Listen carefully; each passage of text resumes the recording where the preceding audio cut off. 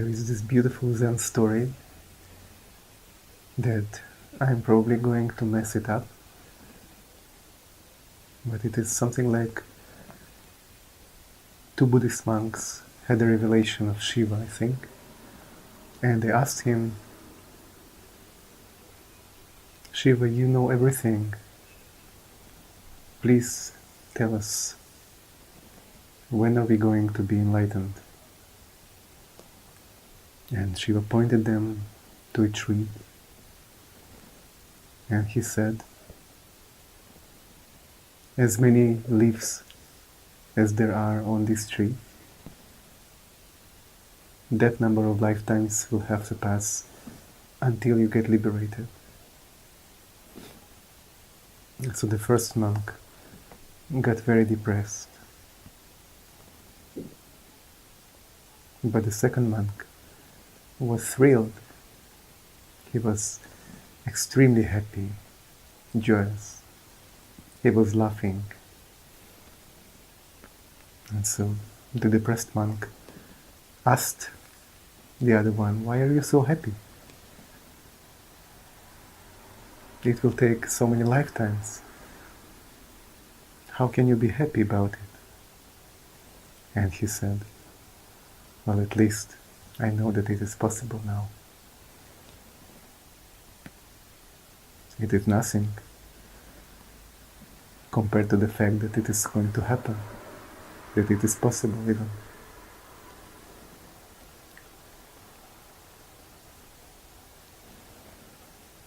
So what is it that you want most of all? What is it that you value most of all? If you had only one desire to fulfill, what would it be?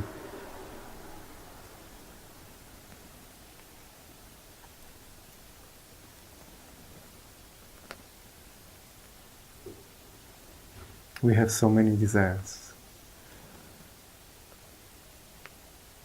so many things we want.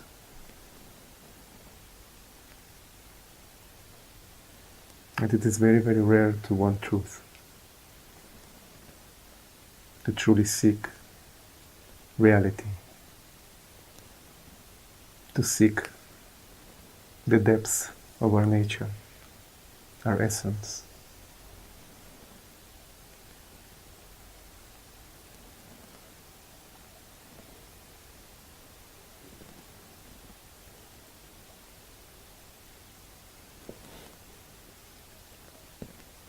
Now, why is it so? It is because we don't really understand the nature of the condition in which we are identified with the egoself. We don't fully see how contracted a state it is, how unnatural it is.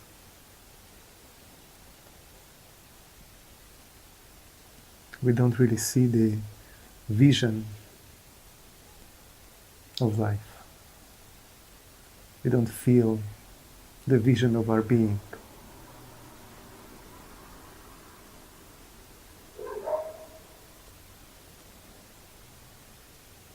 How enormously free and joyous it is.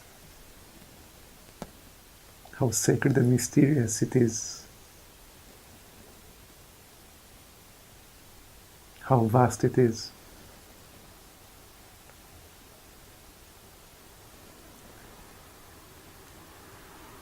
We don't have a sense of freedom,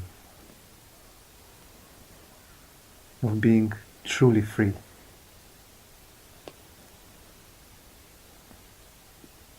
Being ourselves so naturally that there is no shred of any effort. There is the silence, the joy, the beauty of just being ourselves, without any need to maintain it.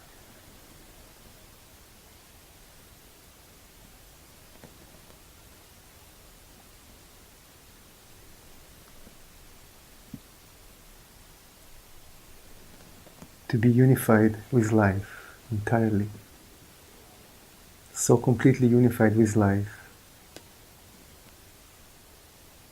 that there is absolutely no reflection of any center being separate from all that is, being so intimate with all that everything is seen as it is, an expression of beauty, of magnificence,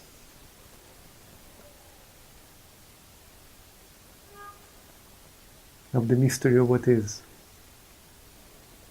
unknowable, undefinable.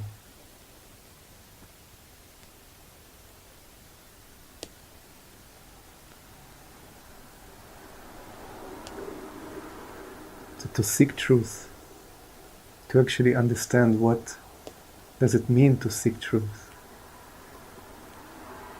to seek ourselves, to seek our nature, our true nature, and to see, to have a vision, to have a sense and intuition about what it actually means, to have a taste of this vastness.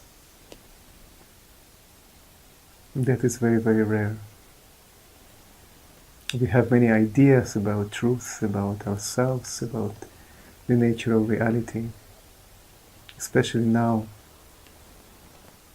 when information is so easily shared and therefore so easily maintained on the surface. So we have many concepts and ideas about freedom, realization, truth, life. But it is very rare to actually have a taste of it within oneself. Because one who has a taste of it will have no other desire to fulfill.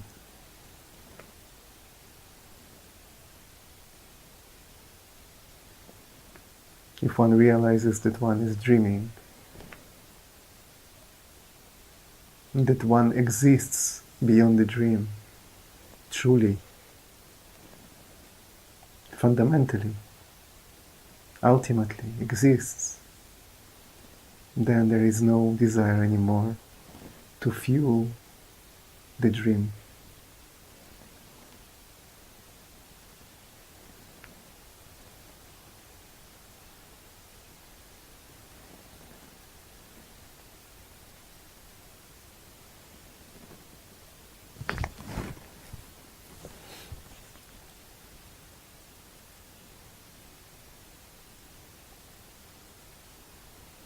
And to value what is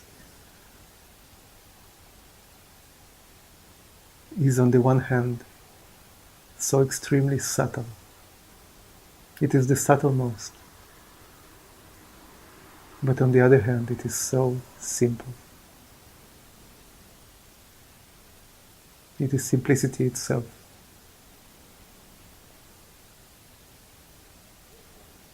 To value simplicity is a sign of maturity, a sign of wisdom.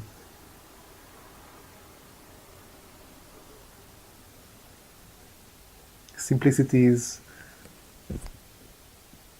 all the time available here and now. Simplicity means valuing that which is unmeasurable, that which has no profit. There is no gain for us from it. It is tuning oneself to appreciate, first to register, to recognize, and then to appreciate the bare simplicity of existence.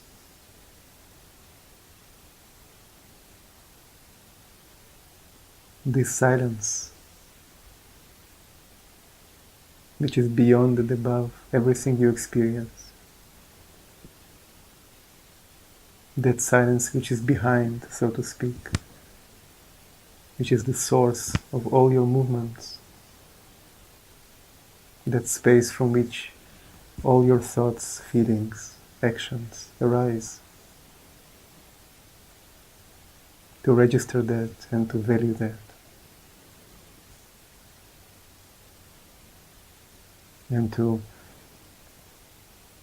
release the hold on the movements, to release the importance of these happenings in time and space that are always time-bound, always have a beginning and an end.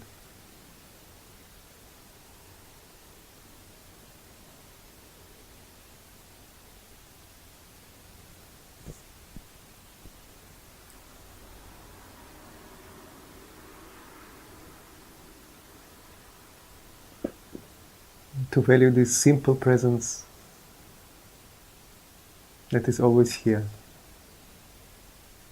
without anything needing to happen in a particular way, without anything needed to be felt. Just this bare, simple, transparent presence that has no form, no name, no sensation.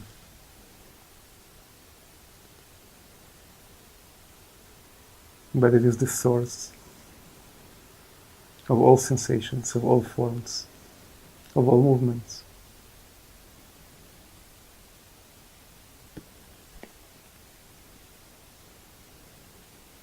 To attune oneself to recognize that, to register that, and to see the value of that, to fall in love with that silence, that spaciousness, that nobody will see, that no one will ever give feedback on.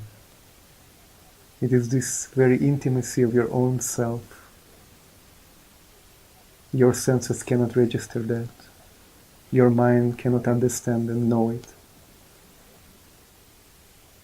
Nobody can say anything about it. It is absolutely transparent, the subtlemost, and yet the most fundamental, and the only that is absolutely real, never changing, never moving, never shifting, that which has no beginning nor end, and that death cannot touch.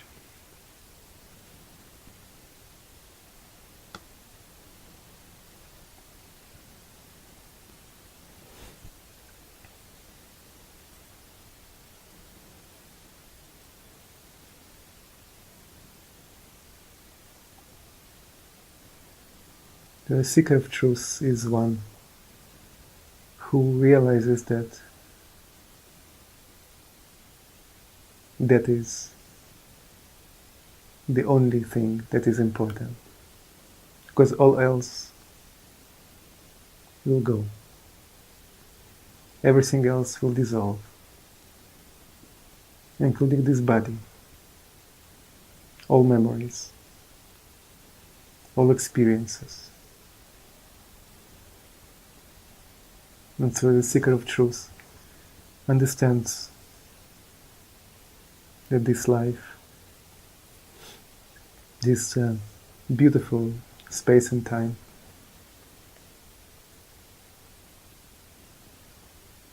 is a moment of grace.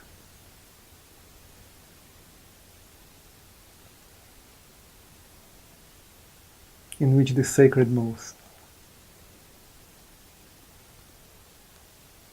the most essential,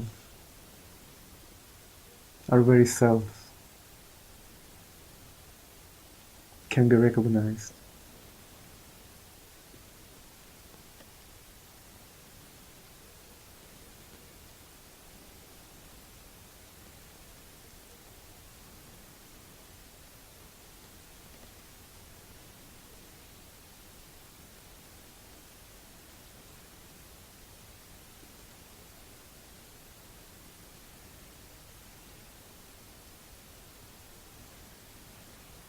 That is not to negate all other issues that human beings are dealing with. Some of you may be dealing with other issues right now that need your attention. Some psychological aspects of life. And that is perfectly fine as well.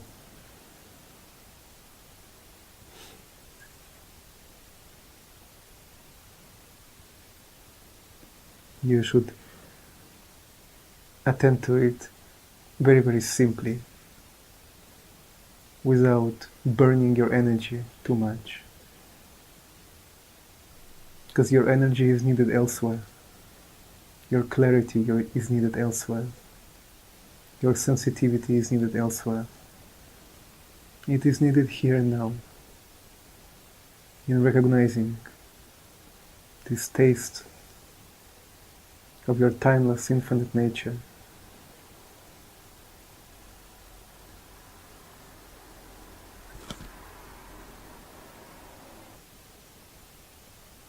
So if you have to attend to other issues in your life right now, that is perfectly fine.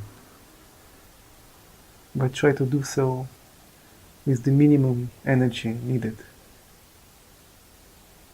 Just the bare minimum that is necessary.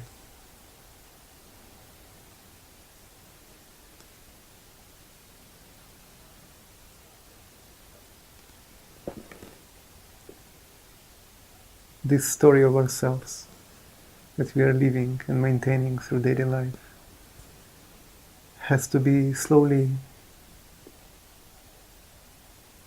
emptied of all importance.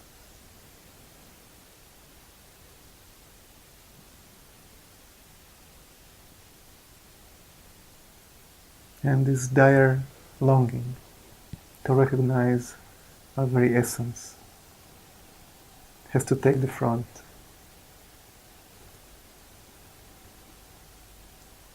That is, of course, if you feel the truth of that, if this resonates within.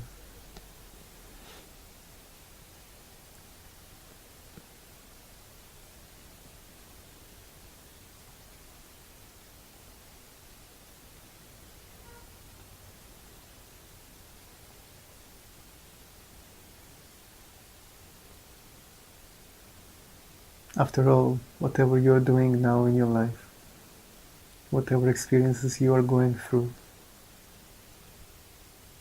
you simply want to be at peace, aren't you? You want to be at ease. True ease. True peace.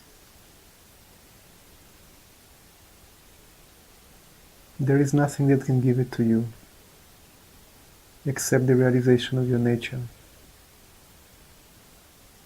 Because everything but your nature is fleeting, changing, moving, transforming, decaying.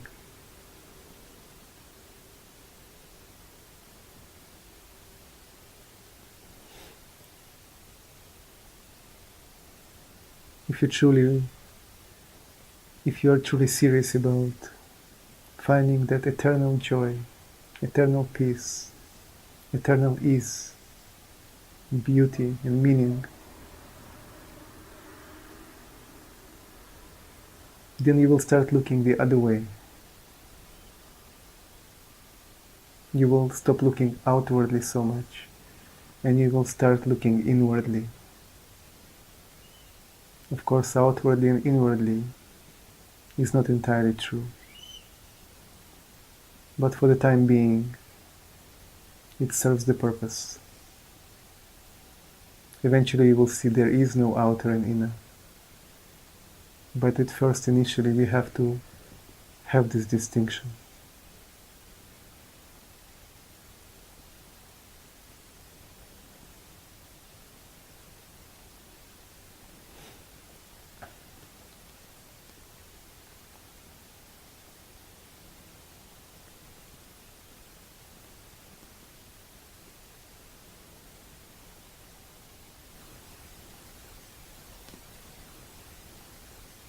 If you have any question or something you wish to share, you may write to life@satsang@gmail.com, and it'll be my joy to serve that truth, which is yourself.